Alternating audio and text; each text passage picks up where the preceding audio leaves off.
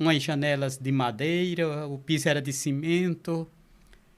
E meu pai já tinha sido evangelizado, um evangelista da viração, que vendia cortes de pano. Ele passou lá no sítio onde a gente morava e ele tinha na sua mala uma Bíblia e ele falava do Evangelho. E meu pai, meu avô, minha avó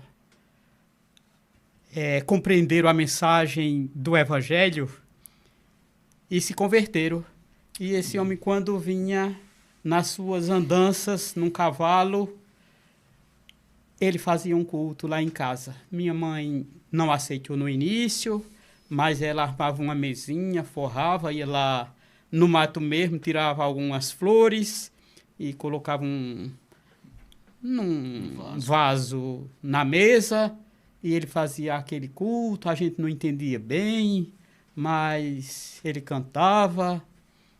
E meu pai, aí quando veio para aquela igreja lá, ele disse que esse evangelista era da Igreja Batista. De manhã foram para a Igreja Batista com meus irmãos. Na volta, meu pai entrou na Igreja Presbiteriana. Aí foi bem recebido.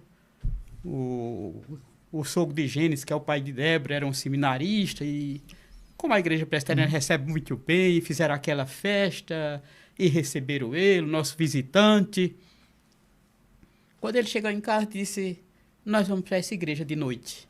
E a gente ficou indo para aquela igreja. Meu pai chegou a ser presbítero.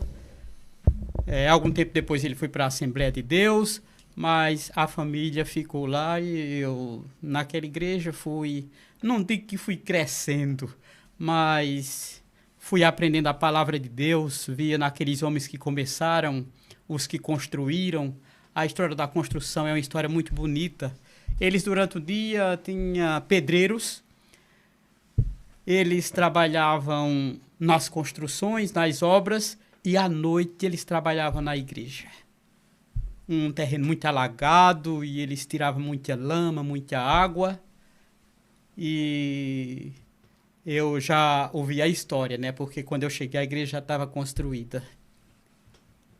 Uma igreja ainda pequena, mas eu via naqueles homens, eu fui crescendo na fé, porque via naqueles homens verdadeiros morões. A gente sabe o que é um morão, né? Quando vai fazer uma cerca, tem que colocar o morão para dar sustentação, porque o morão, ele aguenta coxo. E para minha fé, quando eu olhava para aqueles homens, eu via uns morões. Antônio Vicente, Luiz Gonzaga, Sebastião Leopoldo, Lídio Vieira, homens que trabalharam e construíram aquela igreja, que passou por algumas reformas.